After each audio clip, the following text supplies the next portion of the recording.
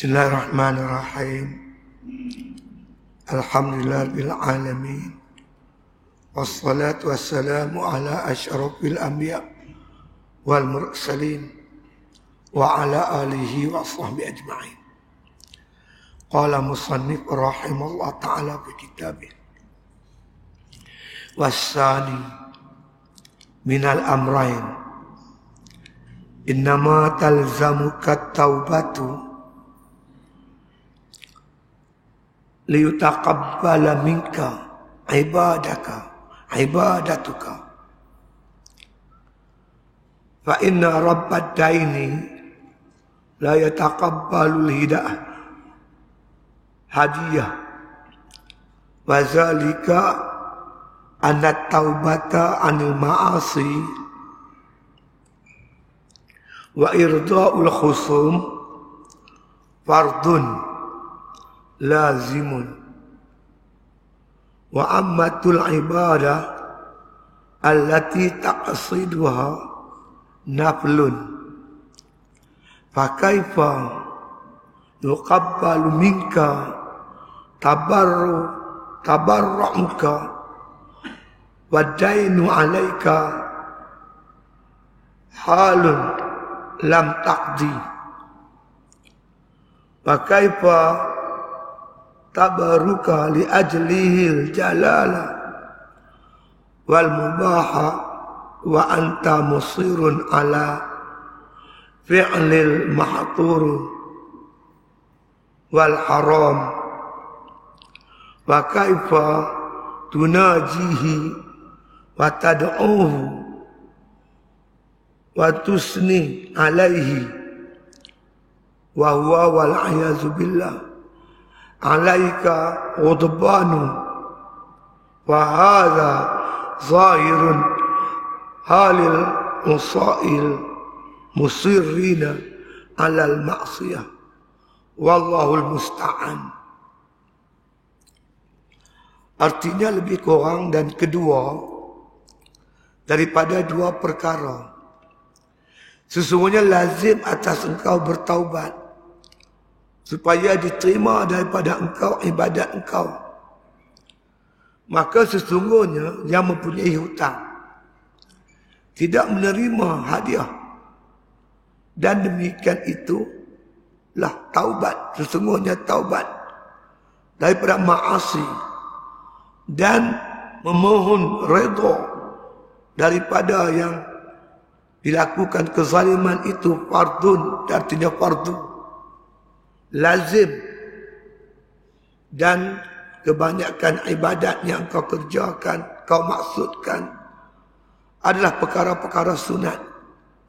Bagaimana diterima daripada engkau tabarruk engkau, sedangkan hutang atas engkau tidak dibayar dan tidak ditunai. Wa kaifa, dan bagaimana pula engkau meninggalkan segala perkara-perkara yang halal dan mubah, sedangkan engkau berkekalan di atas mengerjakan perkara-perkara maksiat dan haram. Dan betapa dapat menyeru engkau dan memuji engkau padanya dan minta berlindung daripada Allah Subhanahu wa taala di atas maksiat ini yang zahir daripada kebanyakan orang yang melakukan dosa. Bermula Allah Ta'ala tempat kita berlindung. Jadi tuan-tuan sekalian, kita sambung lagi Aqabah yang kedua, yakni Aqabatut Taubah, bukit taubat yang mesti kita daki dalam perjalanan kita untuk menjadi hamba Allah Ta'ala yang sebenar-benarnya. Mengikut Imam Ghazali, kalau kita nak buat ibadat betul-betul, nombor satu mesti kita daki Aqabatul Ilmu, bukit ilmu. Dengan kita pelajari selok-belok agama kita. Ibadat yang kita dirikan ini di atas akidah yang sahih, belajar ilmu usuluddin. Ibadat yang kita kerjakan itu mesti berbetulan dengan kehendak Allah Ta'ala. Kita mengaji pula ilmu fiqh. Supaya ibadat kita selamat daripada syirik khafi dan sebagainya. Kena mengaji pula ilmu tasawuf. 3 ilmu ni mengaji elok-elok. Bila kita dah mengaji elok, kita nak buat ibadat, kita dapati di keliling kita ni banyak dosa. Kita pernah melakukan dosa yang terlalu banyak. Bolehkah dengan dosa-dosa ni kita terus buat ibadat? Tentu tak boleh, kena taubat dulu. Kena bertaubat. Macam kita nak pakai baju baru, kita kena mandi dulu. Mana balik-balik bendang berlemuh baju terus serelum. Badan berlemuh dengan selut, serelum baju baru. Tak munasabah. Kita kena mandi dulu baru pakai baju baru. Makna mandi ni cuci badan kita, hati kita pada maksiat dengan kita bertaubat. Lepas tu barulah kita boleh buat ibadat dengan jayanya, insya-Allah. Imam Ghazali kata ada 2 pasal, 2 sebab penting kenapa kita perlu bertaubat. Yang pertama ada kita sebut dulu, kerana dosa itu tuan-tuan sekalian menghalang kita beribadat. Orang yang mengekalkan dosa memang dia tak boleh buat ibadat. Nak buat ibadat kena bertaubat. Kerana apa? Kata Imam Ghazali, berat dosa itu menghalang ringan berjalan kepada Allah. Macam lori trailer bawa besi berat, mana boleh lari laju? Kenapa dia tak boleh lari laju? Pasal dia bawa beban berat. Begitulah beban dosa ini menghalang kita ringan berjalan di jalan Allah Ta'ala. Dosa juga tuan-tuan sekalian, dia merupakan tali yang mengikat anggota kita daripada beribadat. Dosa kaki, ikat kaki tak boleh main masjid. Dosa mata, tutup mata, tak nampak Quran nak baca, tak boleh. Dosa mulut tuan-tuan sekalian menghalang kita berzikir dan membaca Quran. Jadi ikatan dosa ni mesti dirongkaikan daripada tubuh badan kita dengan bertaubat. Idza lam taqwa ala qiyamil lail wa siyamin nahar fa'lam annaka mukbulun qad kabbalatka qati'atuka. Kata Fudail Ibn Iyad, bila kamu dapati kamu tak ada kekuatan nak bangun malam dan kamu tak ada kekuatan nak puasa sunat di siang hari, ketahui oleh kamu sebenarnya kamu tertambat. Ada kabbalatka qati'atuka, yang tambat kamu tu dosa kamu. Kita baca hadis bagaimana seorang tu bila dia mengumpat, dia bercakap benda tak elok, fitnah, lari malaikat yang duduk kiri kanan dia. Malaikat tu lari, malaikat rahmat tu lari. Itu kita tak boleh nak buat ibadat. Dosa kotor, tuan. Macam mana badan kita kotor nak masuk menghadap majlis raja-raja. Macam mana kita berlumuran dengan dosa ni nak masuk menghadap majlis Allah Ta'ala, hadrat Allah Ta'ala. Sebab itu kita payah nak buat ibadat. Sebab itu jalan yang paling tepat dan betul, kita bertaubat daripada segala dosa, insya-Allah. Rongkai tali-tali ni, semua beban-beban ni kita buang habis, baru kita ringan dan bebas melakukan ibadat. Itu perlu kena taubat. Ni masuk yang kedua. Kenapa kita perlu bertaubat daripada segala dosa kita? Kata Imam Ghazali rahimahullah ta'ala. Kita baca kitab Imam Ghazali ni, mudah-mudahan besok di akhirat Imam Ghazali terima kita sebagai murid dia. Dapat syafaat Al-Imam Ghazali rahimahullah ta'ala, mudah-mudahan. Itu dia. Sekarang ni Imam Ghazali seolah sedang membicara pada kita, memberi nasihat. Bagaimana kita nak bertobat? Kenapa kita perlu bertobat? Wasani minal amrain. Kata Imam Ghazali, yang kedua daripada 2 perkara. Kenapa perlu bertobat? Ada 2 sebab. Sebab pertama dah sebut dah. Ini sebab yang kedua pula. Itu dia. Itu makna wasani minal amrain. Yang kedua daripada 2 perkara. Innama talzamukat taubatu. Sesungguhnya lazim atas engkau bertaubat. Lituqabbala minka ibadatuka, supaya diterima oleh Allah Ta'ala akan ibadat-ibadat kau. Kita perlu bertaubat supaya ibadat kita ni diterima oleh Allah. Ni setengah orang dia silap faham. Dia buat maksiat, Dia berjudi. Lepas tu dia semayang. Dia punya faham, kita berjudi, dosa 1. Kita semayang, pahala 10. 10 tolak 1, dia kata masih ada 9. Itu cepuah dia. Itu cepuah. Tapi Allah Ta'ala tak kata begitu. Dalam Al-Quran Tuhan sebut, innama yataqabbalullahu minal muttaqin. Allah cuma terima ibadat hambanya yang bertakwa. Siapa hambanya yang bertakwa? Buat yang disuruh, tinggal yang dilarang. Suruh hang buat, larang hang buat, aku tak terima. Maksiat pun buat, taat pun buat. Tuhan tak mahu macam ni. Dalam Islam disebut amar ma'ruf nahi mungkar. Buat yang baik, ma'ruf, tinggal yang mungkar, yang jahat. Dua-dua buat, Tuhan tak mahu. Macam kita dengan mak kita lah. Mak kita ni, kita derhaka kat dia. Kita maki dia, kita kata dia macam-macam. Lepas tu kita nak balik. Mak, aku nak balik Kuala Lumpur dah. Nah, 100. Agak-agak tuan-tuan mak kita terima RM100 tu. Kita dah maki hamun dia, derhaka kat dia. Lepas tu bagi dia 100. Kita bagi 1000 pun dia tak terima. Han derhaka kat tuan, minum arak, berjudi. Lepas tu sembahyang tarawih. Ingat Tuhan kebulok tarawih. Tuhan tak mahu. Tuhan tak mahu macam tu. Tuhan tak terima.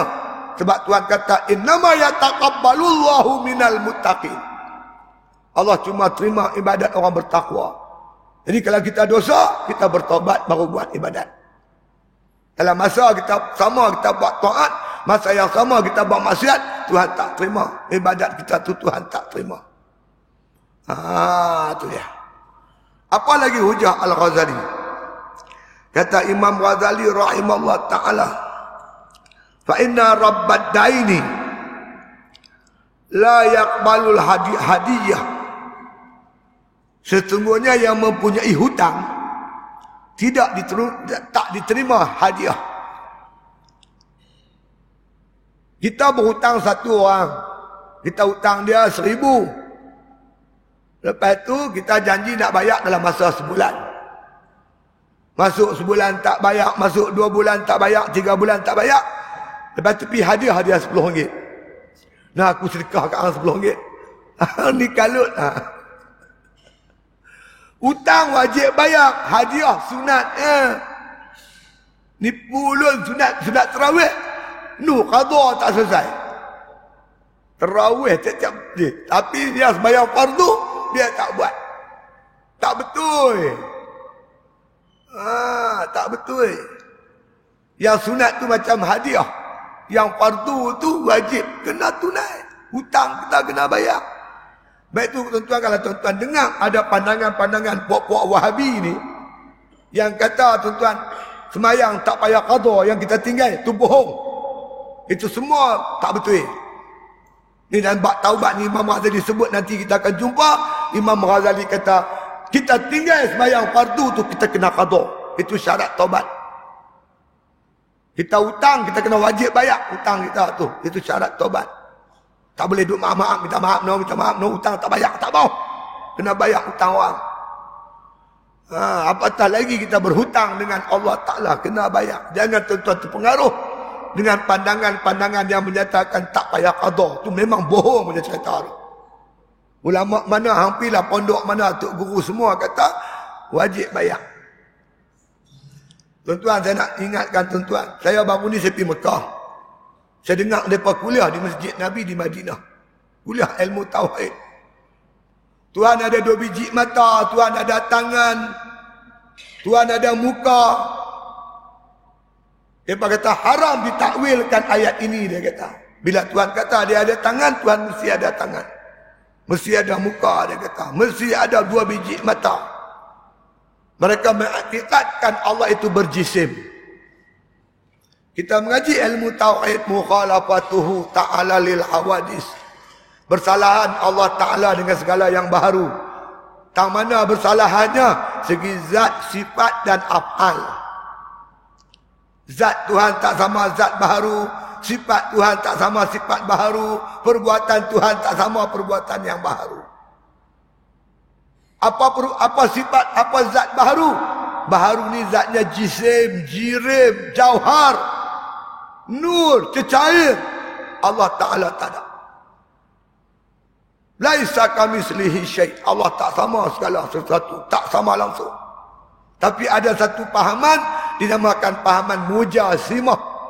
Mereka mengiktikadkan Tuhan berjisim. Habis dia bertanya kita macam mana Tuhan? Ini saya kata termasuk ayat mutasyabihat. Dalam Quran ni tuan-tuan ada ayat muhkamat, ada ayat mutasyabihat. Ayat mutasyabihat ni kita tak tahu makna dia, serah pada Allah Ta'ala. Bismillahirrahmanirrahim. Alif lam mim. Zalikal kitabul la raiba fihi. Alif lam mim tu apa dah? Tak tahu. Allah saja yang tahu. Tapi kalau Tuhan sebut, ya allazina amanu idza qumtum ila shalah faghsilu wujuhakum wa aydiyakum ilal marafiq. Wahai orang beriman, bila kamu nak sembahyang, basuh muka kamu, basuh tangan kamu sampai siku. Faham tak? Faham? Basuh muka, tangan sampai siku. Wasariqu wasariqatu faqta'u aydiyahuma. Pencuri perempuan, pencuri laki-laki potong tangan. Faham tak? Faham? Itu ayat muhkamat. Ini termasuk ayat yang mutasyabihat. Yadullah fawqa aydihim. Tangan Tuhan di atas tangan mereka itu. Ini tuan-tuan sekalian, ayat yang mutasyabihat, kita tak tahu. Maka ulama takwil ayat itu, yadullah tu kuasa Allah di atas kekuasaan mereka. Maka pentakwilan itu mesti sesuai dengan kebesaran dan keagungan Allah Ta'ala. Dia kata tak boleh takwil. Bila tak boleh takwil, tangan Tuhan macam mana? Dia kata wallahu a'lam. Memang kalau orang alaihi salaf tuan-tuan dia sebut tangan Tuhan, dia berkata Tuhan ada tangan, tapi tak tahu lagu mana. Tapi zaman lah tak boleh tuan-tuan. Kalau tuan-tuan kata Tuhan ada tangan, bila orang tanya tangan Tuhan macam mana, tak tahu. Bila tak tahu dia bola mereka. Dia kata tangan Tuhan macam tangan Tuhan Hindu kan? 10. Oh tu dia baru suruh. Ada usaha-usaha tuan-tuan untuk merongkai apa yang ulama-ulama kita telah simpulkan dalam bab akidah. Mereka nak rongkai balik. Oh bukan lewat kata apa-apa ni. Mereka mengkritik kitab-kitab ulama-ulama terdahulu. Pegangan kita masih kukuh, masih banyak pondok lagi. Itu kita kena pertahan habis-habis. Daripada pahaman-pahaman mengarut ni. Apa pahaman aku pun tak tahu. Saya pergi haji tahun 2008. Lepas semayang asar, kami semayang asar di maktab. Tak pergi ke masjid. Maghrib baru kami pergi. Asar biasanya kami semayang di maktab. Dah ramai orang Malaysia situ semua, kita buat tahlil arwah untuk dihadiahkan roh-roh yang telah pergi. Hari pertama tak faham, kedua tak faham, masuk hari ketiga tuan-tuan, polis masuk serbu kami. Dia kata khurafat. Adakah zikir khurafat? La ilaha illallah khurafat. Payah apa ni. Ni yang ada depan kita tuan-tuan. Macam-macam serbatuk nenek ada. Ni Imam Ghazali dia sebut kalau kita makna kata tinggal sembahyang wajib, kita kena qada. Tinggal puasa kena qada. Tu dia. Jadi tak diterima hadiah. Tak diterima hadiah bagi orang yang berhutang. Bayar hutang dulu, baru bagi hadiah. Habis macam mana kalau kita ni tinggal sembahyang lama dah. Lepas tu mai bulan Ramadan, kita nak sembahyang sunat tarawih. Boleh tak boleh? Kalau nak tunggu habis, pakai takbir dia pada kecil tak sembahyang pun. Lepas tu mai pencen baru sembahyang, umur 60. Dia nak qada berapa puluh tahun tu. 60 tahun, 50 tahun punya sembahyang dia nak qada. Rasa-rasa ustaz sampai mati saya tak boleh nak qada, tak habis. Kalau qada pun tak habis. Takkanlah saya tak boleh sembahyang sunat tarawih. Ulama kata tuan-tuan, kalau sekiranya kita ni duk bayar hutang tu secara konsisten, Kita buat jadual. Satu hari aku qada untuk 2 hari. Sembahyang subuh, qada subuh 2 rakaat. Sembahyang zuhur, qada zuhur 2 rakaat. Satu hari kita qada 2 hari sembahyang kita tinggal. Mai bulan Ramadan teringin nak sembahyang sunat tarawih. Yang tu boleh. Yang tu boleh. Tapi kalau hang tak pernah qada, mai tarawih baru nak sembahyang tarawih. Tu tak boleh. Macam kita lah buat loan pinjaman kereta, duk bayar hutang tiap-tiap bulan. Bayar 1,000 sebulan, tak? Nak habis hutang tu 9 tahun. Lepas tu orang nak buat masjid, minta derma. Oh tak boleh. Hutang tak habis. Boleh. Lepas tu hutang kita bayar secara konsisten. Hutang kita bayar juga. Sunat sedekah kita bagi juga. Tu tak apa. Yang tak bolehnya, kita tak bayar hutang, tiba-tiba nak sedekah. Yang tu tak kena. Itu tak kena. Itu dia. Jadi kita selesaikan ikut cara elok lah. Dah lah kita pun teringin juga nak makit tahajud kan. Tak tunggu bayar selesai, mampu ya, tak selesai. Nak teringin juga nak makit bayar tahajud. Sunat tasbih, lah. Sunat witir nak buat juga. Kalau dua-dua kita buat, tak apa. Tu tak apa. Qala musannif rahimahullah ta'ala.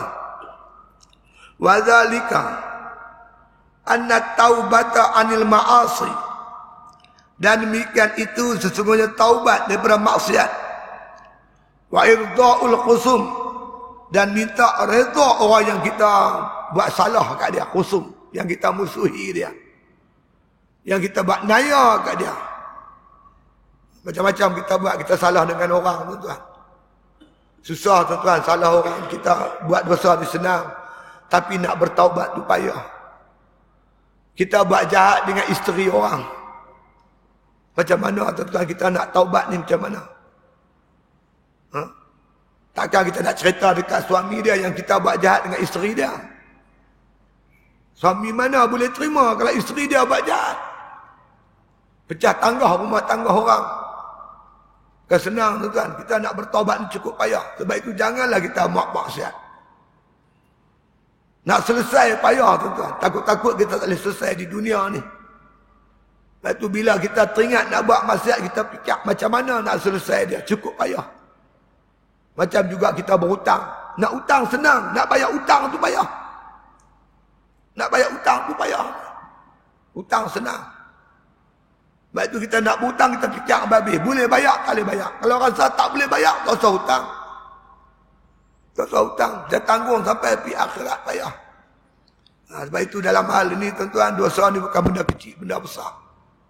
Kawal diri kita daripada maksiat. Jangan buat maksiat. Kalau dah buat juga, kita selesai. Mengikut panduan-panduan yang diberi oleh ulama, terutamanya Imam Ghazali rahimahullah ta'ala. Dia bagi panduan nanti insyaAllah. Ya.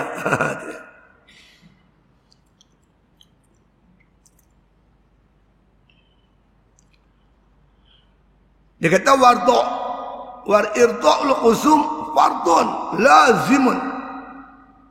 Jadi meminta redha daripada orang yang kita buat naya kepada itu merupakan perkara yang fardu dan lazim, mesti kita buat. Tambah-tambah lah, tuan-tuan. Kita fitnah dia, kita kata dia macam-macam. Zaman ni zaman persepsi. Mereka bina persepsi, tuan-tuan. Sampai orang masyarakat semua yakin apa yang mereka kata. Benda tu tak betul pun. Jadi kita ni, tuan-tuan, dengan Allah, biar dia buat persepsi buat pilah. Sehari dua ni, tuan-tuan, dia buat persepsi. Dia kata, PAS ni pilihan raya kali ni mampu hampir kalah habis semua. Tersingkir daripada parlimen. Tidak cerita kat tuan-tuan. Ini cerita yang saya dengar sendiri. Daripada seorang hamba Allah. Baru ni saya ceramah dengan dia. Masa makan tu dia sembang dengan saya. Dia kata, Ustaz, saya dulu Setiap usaha akhbar tu gua jadi. Dulu cerita lama. Ada seorang pakar berpangkat doktor. Ni pakar duk kaji-kaji ni. Dia siapkan tebal ni kertas. Tebal ni kertas. Dia nak bentang depan Tok Gua Jadi. Dia minta kat Tok Gua Jadi masa 2 jam. Betulan satu hari Tok Gua Jadi lapangkan masa 2 jam. Sudi mendengar pembentangan dia. Dalam pembentangan itu ikut kajian yang saya buat. Ini kajian ni bukan sikit-sikit kajian ni. Ini memang kaji sungguh ni. Daripada kami selidik sungguh-sungguh ni. Kami dah jumpa beberapa responden. Gitu gini. Ikut kajian dia tuan-tuan. Pilihan raya ni 2008 PAS akan kalah. Sebab PAS ceramah kasar. Gitu gini. Sebab PAS nak udud. PAS nak Islam. Orang lah tak mau Islam. Kita akan kalah teruk. Kesudahannya dia buat satu kesimpulan. Oleh itu saya cadangkan supaya PAS berlembut dalam perjuangan dia. Kendokkan sikit Islam itu. Habis-habis. Dah habis dia bercakap. Tok Gua Jadi kata habis dah. Habis dah. Boleh saya pula nak cakap? Dia kata, ya. Bagaimana pula dengan pertolongan Allah? Kalau Allah kehendaki kita menang, siapa boleh menghalang kita menang? Tanya Tok Gua Jadi. Dia tak jawab. Mai pilihan raya 2008 tuan-tuan, kita bukan setakat pertahankan Kelantan, kita dapat Kedah. Kita dapat Perak, kita dapat Selangor. Sekali ni dia berbuat sekali lagi. Sana kita kalah, sini kita kalah semua. Tak apa. Kita rela kalah kerana Islam. Kita berjuang bukan pasal nak menang, bukan pasal nak kalah. Kita berjuang kerana nak cari redha Allah Ta'ala. Demi untuk mendapat redha Allah, kita sanggup apa saja, termasuk kalah dalam pilihan raya. Nabi ajak kita, tuan-tuan. La wada'u syamsa fi yamini wal qamara fi yasari ala an atruka hadzal ma taraktu. Kalau kamu letakkan matahari belah tangan kanan aku, kata Nabi, kamu letakkan bulan di tangan kiriku, untuk tinggalkan perjuangan ini, aku tak akan tinggal. Sama ada aku binasa, aku hancur kerananya, atau aku diberi kemenangan oleh Allah Ta'ala. Itu pegangan kita. Dia dapat persepsi, dia buat. Macam-macam dia buat. Tapi realitinya, alhamdulillah, majlis kuliah kita, ceramah kita, dapat sambutan cukup hebat. Dia ceramah, yang ceramah 15 orang, mai dengar 20 orang. Bila mana-mana pun dapat tengok lah. Panpin pun, pergi tengok. Buat kajian, macam kita nak mampu tegak. Kalau kami kalah, apa benda? Orang. Kalau kami kalah, apa lagi kalah? Aku pokok tu lah. Kita dengan Allah, kita bukan soal itu semua. Kita nak Allah redha kita. Lepas tu pejuang-pejuang Islam kena sentiasa muhasabah. Apa salahnya, apa dosanya. Kerana tuan-tuan sekalian, kerana dosa kita, maksiat kita buat, itulah yang menghalang pertolongan daripada Allah Ta'ala. Innallaha ma'al muttaqin. Allah bersama-sama orang bertakwa. Allah tolong orang bertakwa. Orang yang tak ada sifat takwa buat maksiat, Tuhan tak tolong. Kalau Tuhan tak tolong kita, siapakah boleh memenangkan kita? Allah. Lepas tu kita berpegang dengan Allah. Jangan takut, tuan-tuan. Itu dia. Tu orang Melayu, orang tua-tua dulu kata, kalau ditakut di lambung ombak, jangan berumah tepi pantai. Kalau takut kalah, jangan cakap tentang perjuangan. Orang berjuang mesti menerima makna kata menang dan kalah. Orang berniaga mesti terima untung dan rugi. Kalau takut rugi, jangan berniaga. Bungkus barang-barang letak di rumah. Bila kita berniaga, terdedah pada untung ataupun rugi. Biasa. Rugi daripada Allah, untung pun daripada Allah. Kalau kita untung, kita bersyukur. Kita rugi, kita sabar. InsyaAllah lain kali ada rezeki. Itu dia. Itu dia. Sebab itu Imam Ghazali rahimahullah ta'ala, dia mengingatkan kita, bahawasanya taubat daripada dosa itu fardu, mesti. Jangan biar lama-lama. Kerana tuan-tuan, dosa ni kalau dia biar lama-lama, dia jadi keras, hati jadi keras. Jumudul aini min qaswatil qalbi, wa qaswatul qalbi min kasratiz zunub, wa kasratuz zunub min nisyanil maut, wa nisyanul mauti min tulil amal, wa tulul amali min hubbid dunya, wa hubbud dunya ra'su kulli khati'ah. Nabi kata keringnya air mata dengan sebab keras hati. Kita bangun tengah malam, ingat akhirat, ingat kubur, ingat dosa, air mata tak meleleh. Itu makna kata hati kita keras. Sekeras-keras batu pun tuan-tuan, basah juga batu tu dengan sebab celah-celah batu masuk air. Tuan-tuan bawa kereta, tuan-tuan lalu dekat Jelapang tu. Sebelum sampai Terowong, selepas Terowong, Jelapang. Kat Ipoh. Tuan-tuan tengok belah kiri, batu-batu pejat. Keras-keras batu, musim panas. Celah-celah dia air ada basah juga batu tu. Sekeras-keras batu pun tuan-tuan ada basah juga. Sekeras-keras mata, sekeras-keras hati tuan-tuan tak mengalir air mata. Bila air mata tak mau nak tumpah, itu tanda hati kita keras. Wa qaswatul qalbi min kasratiz zunub. Kerasnya hati berpunca banyak dosa. Kita buat dosa yang banyak itulah yang menyebabkan hati kita terlampau keras tuan-tuan. Dia tak kira maki hamun orang, fitnah, itu semua perkara biasa. Dia tak takut dah lagi dengan dosa. Jangan macam tu. Ya? Itu dia. Jadi sebab itu kata Musannif Al-Ghazali, mesti kita bertaubat.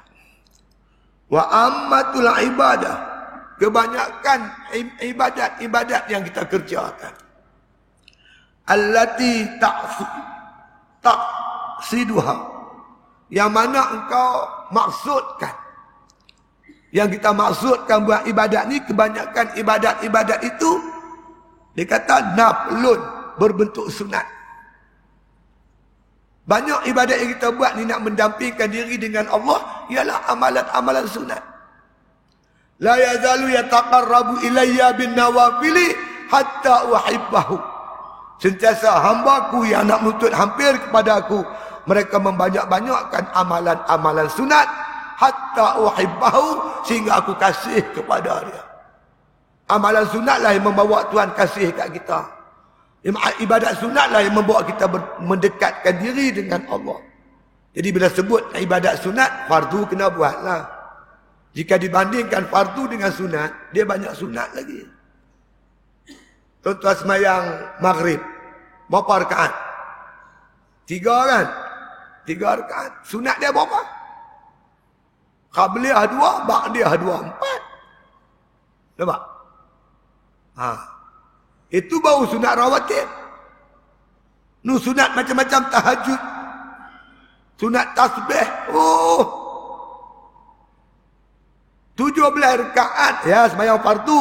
Tapi sembahyang sunat tak ada had rakaat dia. Banyak. Kalau kita puasa 30 hari, ya puasa Ramadan, puasa sunat. Banyak kan? Yang sunat-sunat inilah yang membawa kita dekat dengan Tuhan. Maka kata Imam Ghazali rahimahullah ta'ala, ya, fakaifa yaqbalu minka tabarra'uka wa dainu alaika halun lam taqdihi. Kata Imam Ghazali, macam manalah nak diterima daripada engkau tabarruk engkau, ibadat-ibadat sunat engkau, sedangkan hutang atas engkau tiada engkau tunaikan. Tinggal amalan-amalan fardu kita tak qada, tak bertaubat. Kita buat maksiat, kita tak bertaubat, sedangkan taubat tu wajib. Sedangkan semayang-semayang, puasa-puasa yang kau buat ni sunat.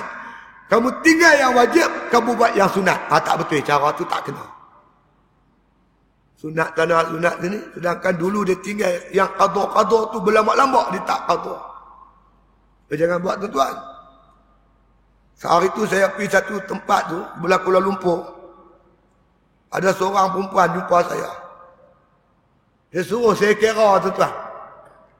Bayar fidyah puasa. Dia tak pernah puasa. Bila dia pencen, dia pergi cari rumah dekat masjid. Dengar-dengar kuliah, baru tersentak. Kena qada puasa dan kena buat keluar fidyah. Saya tanya dia berapa lama tinggal puasa. Saya umur saya balik, dia balik datang haid umur 10 tahun. Sekarang dia umur 60 tahun. Mana dia tak puasa 10 tahun. 50 tahun. Nak buat lagu mana ustaz? Saya kata kena qada 50 bulan kena qada. Dan kena bayar fidyah. Fidyah puasa. Bayar lagu mana ustaz? Saya pun ambil kalkulator, tulis jadual dia. Tahun pertama, dia tinggal 50 tahun ni. Satu hari, dia kena bayar fidyah 50 cupak. 50 cupak, 50 kilo. Satu hari 50 kilo. 30 hari, 30 kali 50 kilo. Tak sebelah. Tahun yang kedua, 59. Sehari 59 kilo. Sehari 49 kilo. Kali 30 letak sebelah. Tahun ketiga 48 kilo satu hari. Kali 30 tak sebelah. Kali punya kali satu lori. Campur kali tu dia berapa tan juga. Tu dia satu lori tuan-tuan, tapi dia lah dia ada duit. Dia perempuan pula, orang perempuan dia belajar bukan dia sangat. Tak macam orang jantan, boros. Sebab keluar dia ada beli satu lori. Satu lori berat. Apa sah dia selesaikan. Bukan senang tuan-tuan. Tak mahu duk tolak pi tolak mai, tak mahu. Yang duk tolak tu orang miskin boleh lah. Dia tuan-tuan, dia teringin nak buat kapak dia. Fidyah puasa. Jadi pak dia ni tak puasa. Teringin nak buat kapak dia. Dipakat dengan jatuh kasar masjid, Tok Imam, pegawai masjid. Kami ni teringin Tok Imam nak buat puasa. Fidyah puasa untuk pak kami. Lagu mana kami nak buat, tapi kami tak ada duit. Maka Tok Imam kata, tak apa, kami boleh tolong. Ambil beras guni jaluk tu, letak. Ini untuk setahun. Untuk sebulan. Kira-kira sebulan satu guni. Satu guni dia ada 50 kilo. Letak atas tu. Bor atas kereta suruh. Ini fidyah pak saya. Tolak. Tak lagi Tok Imam terima. Tok Imam tolak balik. Tok Imam kata, ni aku hadiahkan beras ni kepada kamu. Tolak. Dia pun tolak di makna kata beras fidyah untuk pak saya. Tolak balik. Lu tukar tasbih tu kira tu. 2 bulan, 3 bulan, berapa bulan. Orang miskin boleh lah. Hampa duit banyak. Di rumah tu dia padi penuh je lapang. Bekhu ada, traktor ada, semua ada. Duk tolak-tolak mana boleh. Duk tolak tu orang miskin. Jadi kita duk kaya pun duk tolak juga. Cukup tak bagus ya. Tu yang kata tolak-tolak tu. Untuk bantu. Sebab dia nak keluar semua 50 bulan punya dia tak mampu. Dia cuma boleh buat keluar sebulan saja. Tu yang baki-baki tu dia sedekah lah pada Tok Imam. Tok Imam sedekah balik kat dia, dia tolak lah. Itu dia. Kena selesai semua tu. Oh ya, rupanya tuan-tuan bila kumpul-kumpul berlambak-lambak. Yang punya hutang dia kena bayar. Pasal apa tak bayar? Wa kaifa tabarra'uka li ajlihil jalala wal mubaha wa anta musirun ala fi'li ma'zur wal haram. Bagaimana pula kamu nak meninggalkan perkara-perkara yang halal dan mubah sedangkan kamu mengekali di atas makna kejahatan dan juga benda-benda yang haram.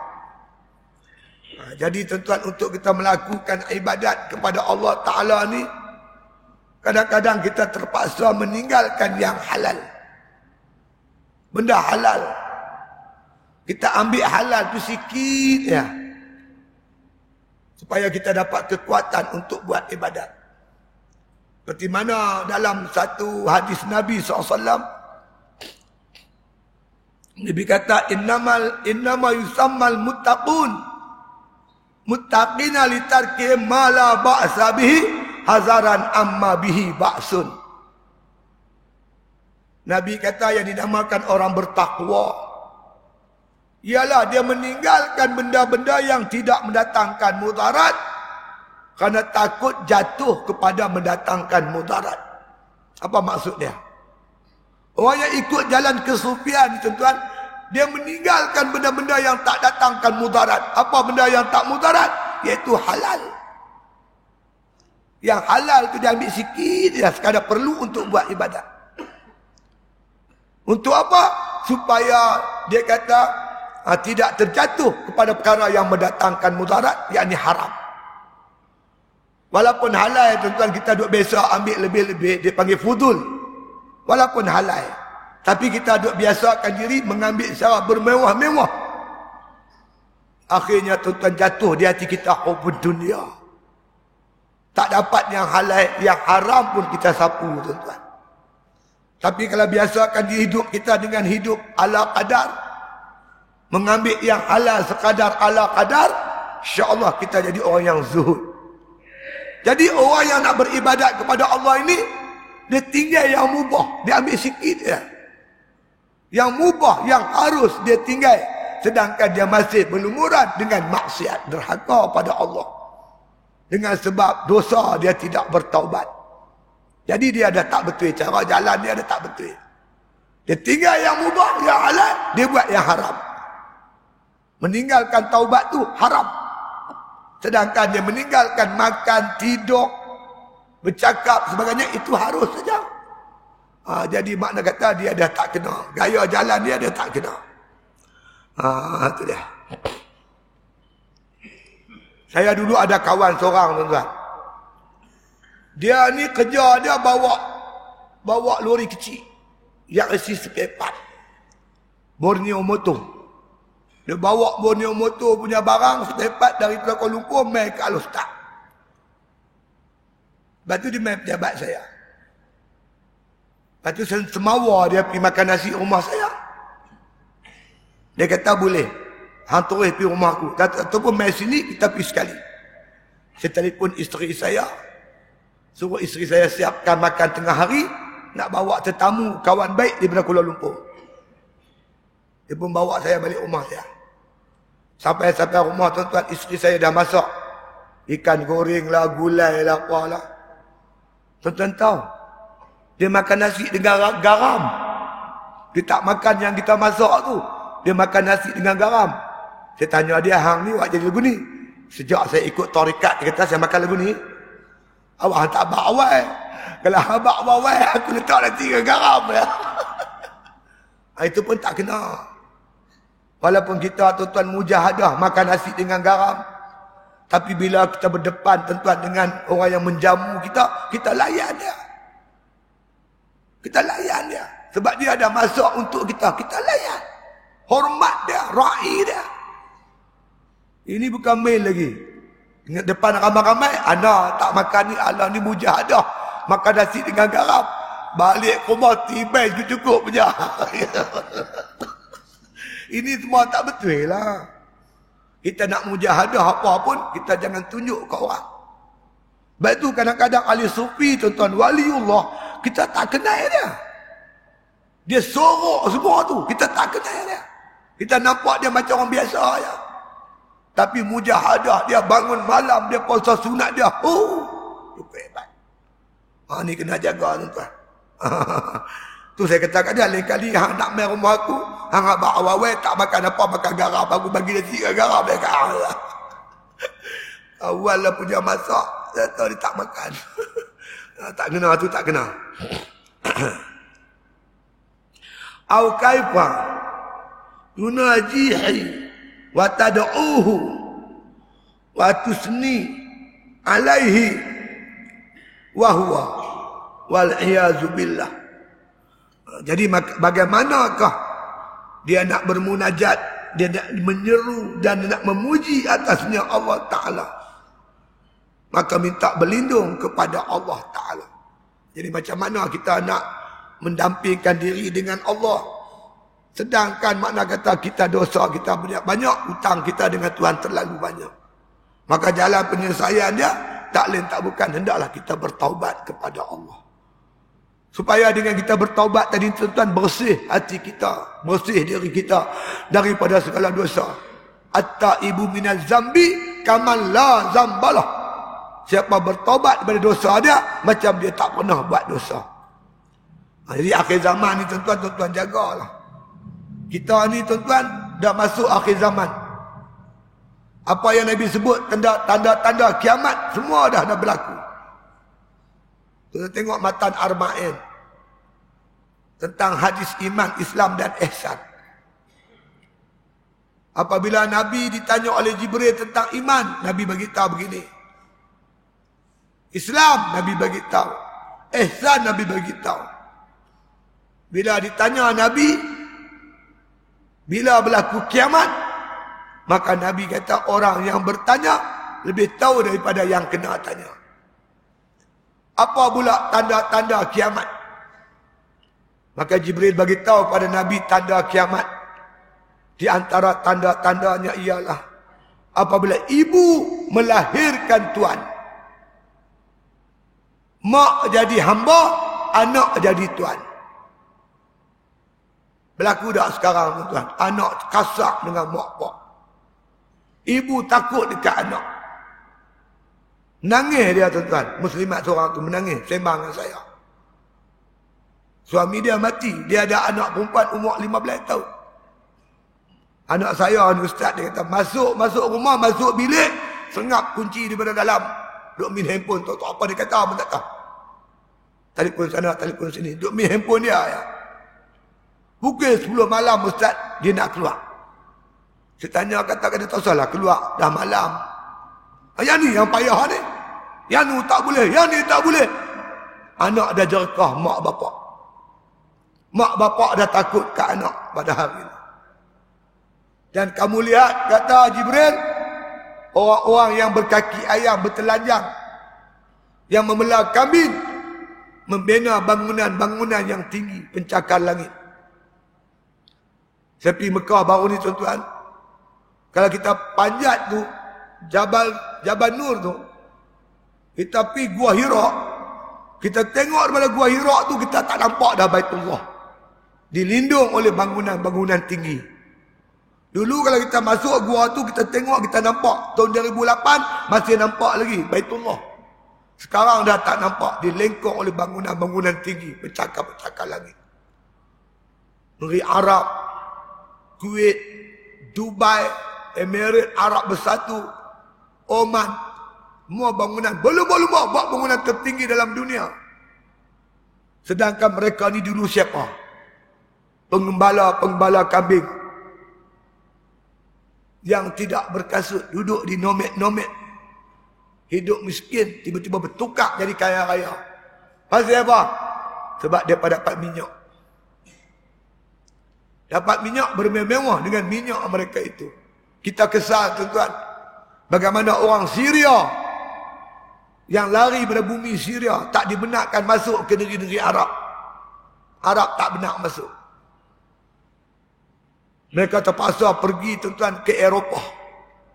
Orang Eropah duduk tunggu je orang Syria mai. Pelarian-pelarian itu bukan semuanya orang tua-tua tuan-tuan, termasuk kanak-kanak yang mak dah tak ada, pak dah tak ada. Misioneri Kristian sambut tuan-tuan.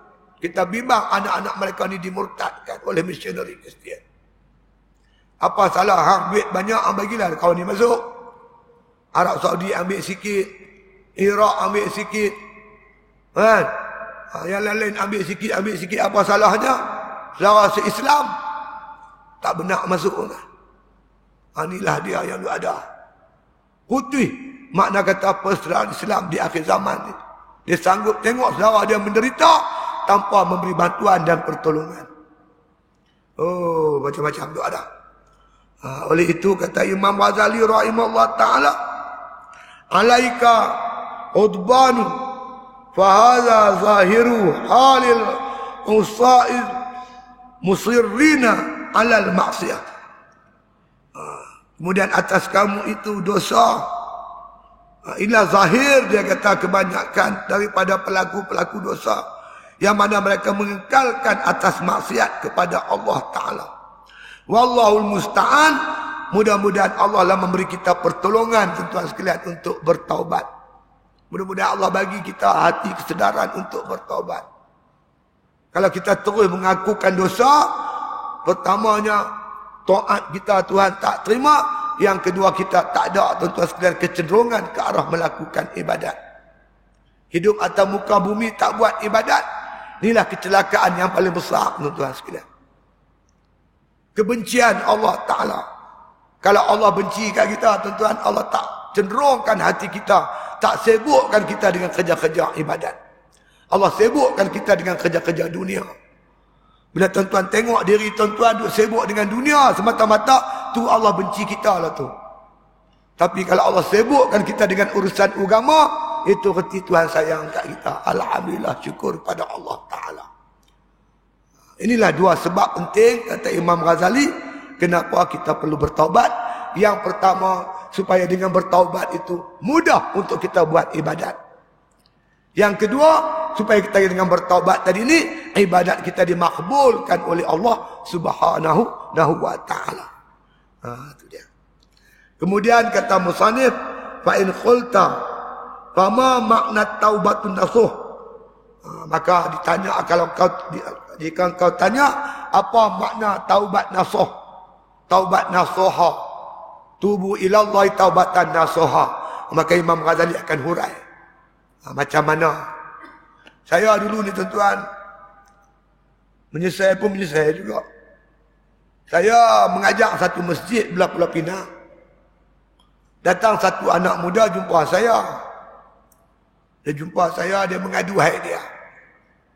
Saya ni ustaz, dia kata, banyak buat dosa. Dia sebut satu-satu maksiat dia buat. Lepas tu dia kata, saya teringin nak bertaubat, kembali kepada jalan Allah. Lepas tu saya kata kat dia, dia minta tolong saya. Saya kata, kalau saya ni hampilah duduk pondok saya. Cuti kerja orang 2-3 bulan pergi duduk pondok saya. Boleh saya bimbing?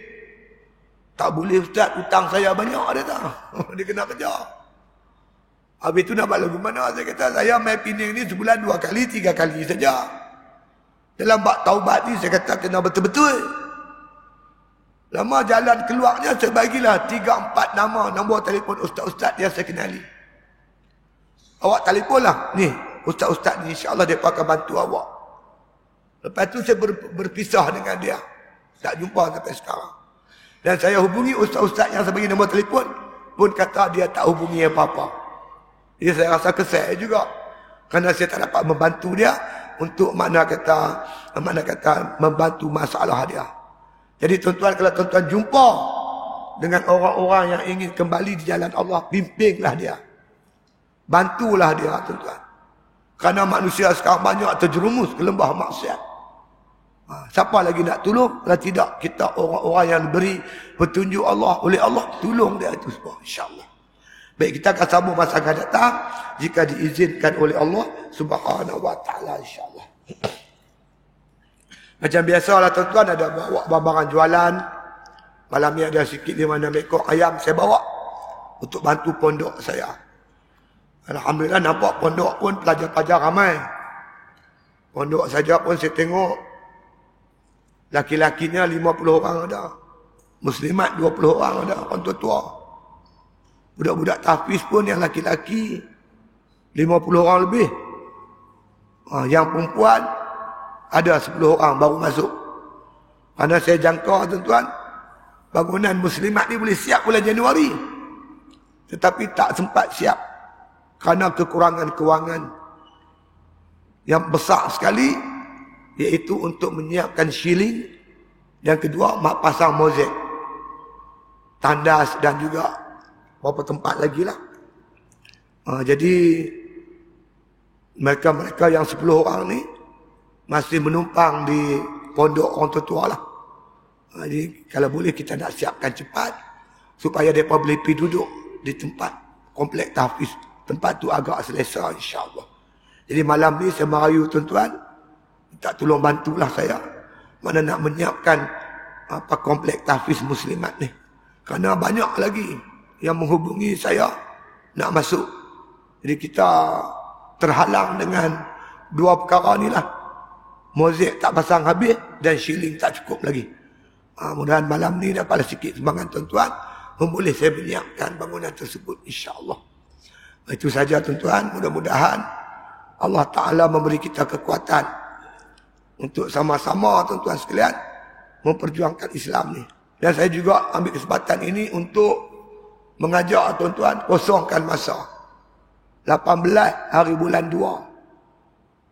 Hari Sabtu 18 hari bulan 2. Kita mengadakan satu perhimpunan raksasa di Kuala Lumpur. Kita cuba dapatkan permit polis dan dapatkan kelulusan pihak berkuasa untuk berhimpun. InsyaAllah kita akan dapatkan insyaAllah. Jadi kita jemput tuan-tuan semua hadir. Tujuan kita untuk memperkasakan mahkamah syariah. Dulu Yang Maha Mulia Sultan Abdul Halim ketika merasmikan sidang parlimen sebelum dia lepaskan jawatan agung itu ni, dia menyebut supaya kita mempercepatkan, memperkasakan mahkamah syariah. Pada mahkamah syariah ni kita tuan-tuan terlalu lemah. Banyak undang-undang dia terlalu lemah. Saya nak buat contoh. Saya baru ni ke Sabah tuan-tuan ceramah dengan seorang doktor. Doktor tu dalam ceramahnya dia tanya, kalau ada seorang doktor buka klinik sedangkan dia bukan doktor, dia kata dia doktor, dia bukan doktor, dia kata dia doktor. Orang pun dia cucuk lah, dia bagi ubat lah. Tiba-tiba Kementerian Kesihatan Siasat, dia bukan doktor. Ditangkap, dibicarakan di mahkamah, didapati bersalah. Tuan-tuan tahu tak denda orang yang mengaku doktor kalau dia bukan doktor? Doktor palsu, dia didenda RM50,000. Doktor palsu. Kalau Nabi palsu, berapa? Nabi palsu. Pernah satu kali tuan-tuan, satu orang mengaku dia Rasul, ditangkap oleh Jabatan Agama Islam, bawa pergi mahkamah syariah. Hakim tanya, betul ke kamu ni mengaku jadi Rasul? Tuan Hakim, dulu saya Rasul, tapi sekarang dah letak jawatan, dia kata. Woi, boleh letak jawatan pula. Tuan-tuan tahu dia kena berapa denda? RM25. Nabi palsu RM25. Doktor palsu RM50,000. Tuan-tuan bayang. Tuan-tuan belah burung murai batu. Tangkap burung murai batu, belah dalam sangkap. Mergas tua mai tangkap. Tuan-tuan tahu tak denda ada berapa? RM10,000. Murai batu seekor RM10,000. Kalau tuan-tuan berzina, ikut undang yang ada ni, paling tinggi tuan-tuan didenda RM5,000. Murai batu RM10,000, zina RM5,000. Ini kita nak perkasakan mahkamah syariah. Sekarang ni orang bukan Islam, bukan berani, dah main berani tuan-tuan cabar undang-undang Islam. Yang terbaru timbalan Presiden Parti Gerakan, dia kata sekolah agama rakyat ni menyebabkan perpecahan dalam negara. Dia berani campur dah urusan agama kita. Jadi kita himpun ramai-ramai, kita nak buktikan kami sayangkan Islam. Ini agama kami, tolong jangan kacau. Kita kena buat macam tu tuan-tuan. Kalau tidak, masa depan anak-anak kita, mereka lagi mengampau. Kita bukan nak berkelahi dengan siapa, cuma nak pertahankan hak-hak umat Islam, supaya mereka berhukum dengan hukum agama Islam. Lepas itu saya ajak tuan-tuan main ramai-ramai. Jangan lupa tu. Berapa? 18 hari bulan 2. 18 hari bulan 2. Saya dipahamkan PAS kawasan Sungai Petani pun menyediakan bas RM50 kot. RM50 tuan-tuan ada apa? Apa pi kedai siakap? Lah, RM50 habis lah. Dibagi RM50 untuk agama Allah Ta'ala, insya-Allah. Boleh tak boleh? Boleh, insya-Allah.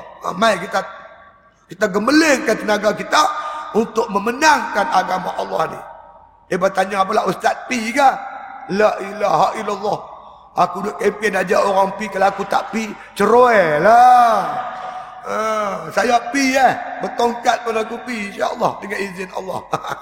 Ini syarat tuan-tuan, semua dapat pi, insya-Allah. Kita ramai-ramai berkumpul dan kita hubung silaturahim. Dan kita pi bukan kita pi nak belarak apa-apa, tak ada. Cuma pi berkumpul, kita buat sembahyang hajat, dengar kuliah-kuliah, dengar penerangan-penerangan. Betapa kenapa kita semua kena sokong RUU 355 ni, insya-Allah. Dan mudah-mudahan bila dibentangkan di parlimen nanti, maka mendapat sokongan daripada wakil-wakil rakyat kita, insya-Allah. Wallahu a'lam. Al-Fatihah.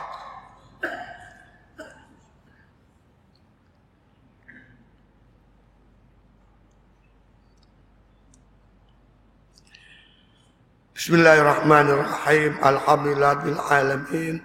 Salatu wassalamu ala asyrafil anbiya'i wal mursalin wa ala alihi wa sahbihi ajma'in. Allahumma inna nas'aluka imanan kamilah wa nas'aluka qalban khashi'a, nas'aluka yaqinan sadiqa, nas'aluka ilman nafi'a, nas'aluka amalan salihah, nas'aluka al-'afwa wal 'afiyah, nas'aluka tamamal 'afiyah, nas'aluka syukra 'alal 'afiyah, nas'aluka ghina 'anil nas. Da'wahum fiha wa anakallahu wa tahiyyatun fiha salam wa akhiru da'wana anil hamdulillahi bil alamin. Takbir.